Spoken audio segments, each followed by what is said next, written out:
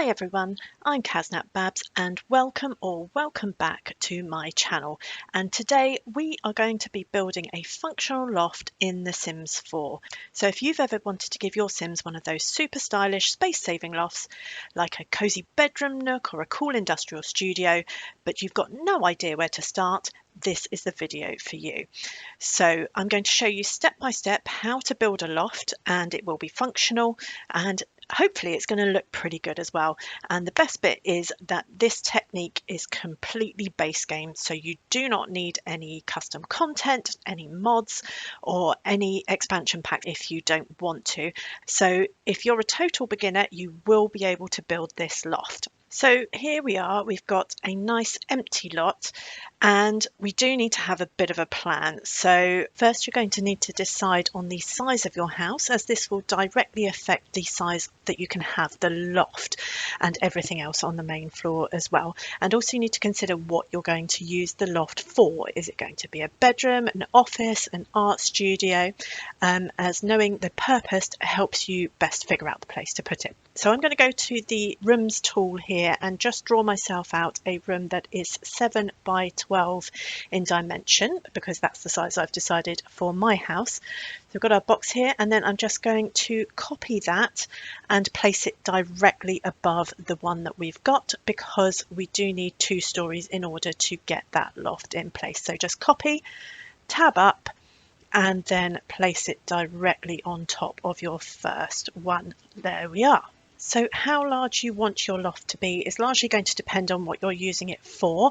I'm going to make mine roughly 5 by 7, and I'm going to do that by using my wall tool and drawing across the building like this.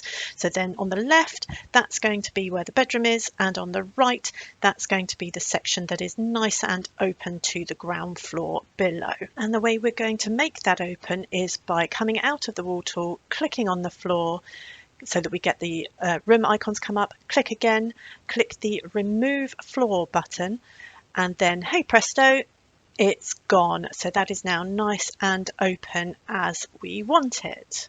And the one thing that we notice with these kind of builds is that it really makes a difference to have the wall height set to medium. Just creates that extra bit of space. So you can do that by clicking on the room and selecting that middle wall height at the top of the toolbar that comes up.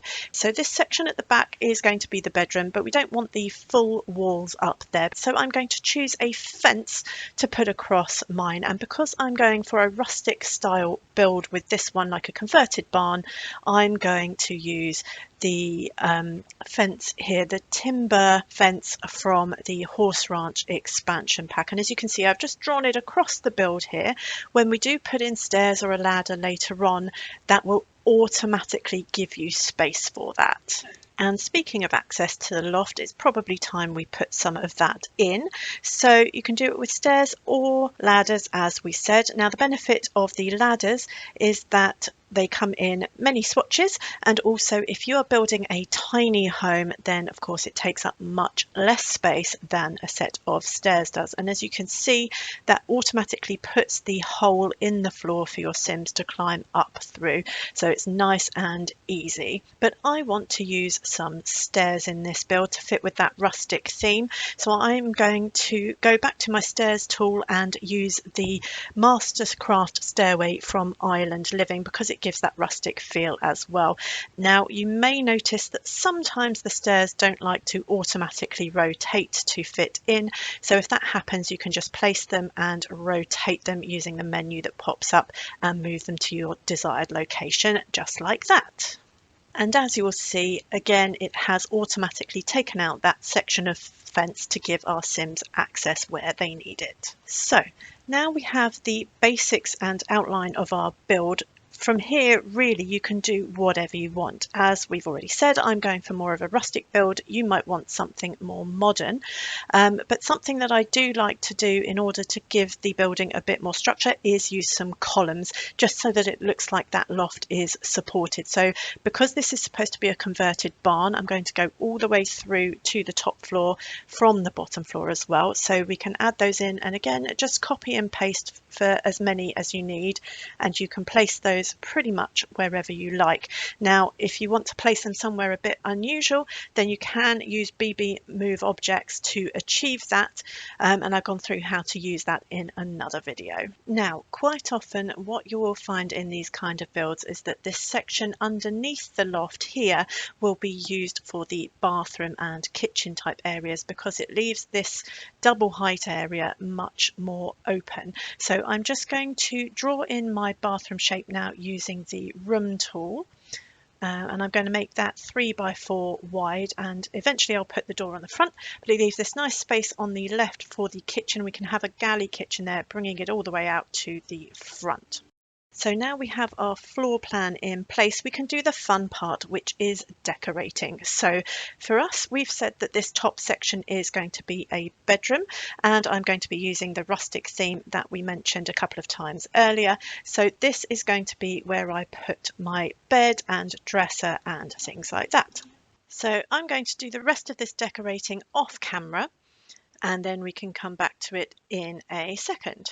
Okay, so here we are, folks. I have more or less finished my barn conversion loft building, and as you can see, I've really got a nice open plan layout downstairs with a galley kitchen at the back, a nice bathroom with bath and shower, and a living area, a dining nook, and also a reading corner, as well as a nice little computer tucked under the stairs there.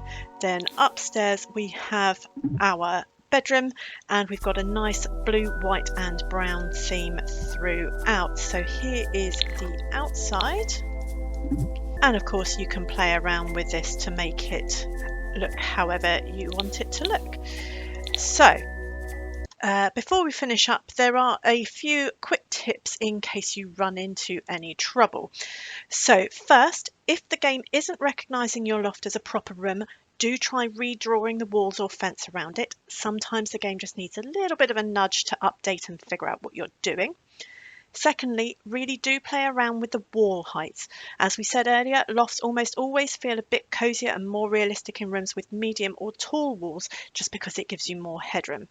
And finally, don't be afraid to experiment with shapes. Lofts don't have to be plain rectangles, so you can create L-shaped lofts, corner lofts, or whatever you like. And while you don't need any cheats for these methods, if you get more comfortable and want to place furniture in tricky spots, you can always use the BB Move Objects cheat for complete freedom. So the tools are there for you to play with, just have fun with it. So there you have it, guys, a simple way to make base game lofts rooms in The Sims 4, and it really is that easy once you know how to do it. So if this tutorial was helpful, please give the video a thumbs up. It really does help out the channel, and be sure to subscribe and hit that notification bell so you don't miss out on any more tutorials or other Sims content. Thanks so much for watching, guys. If you do want to download this build, my gallery ID is on the screen now, so you can download it and take a closer look for yourself. Happy building, and I'll see you in the next one.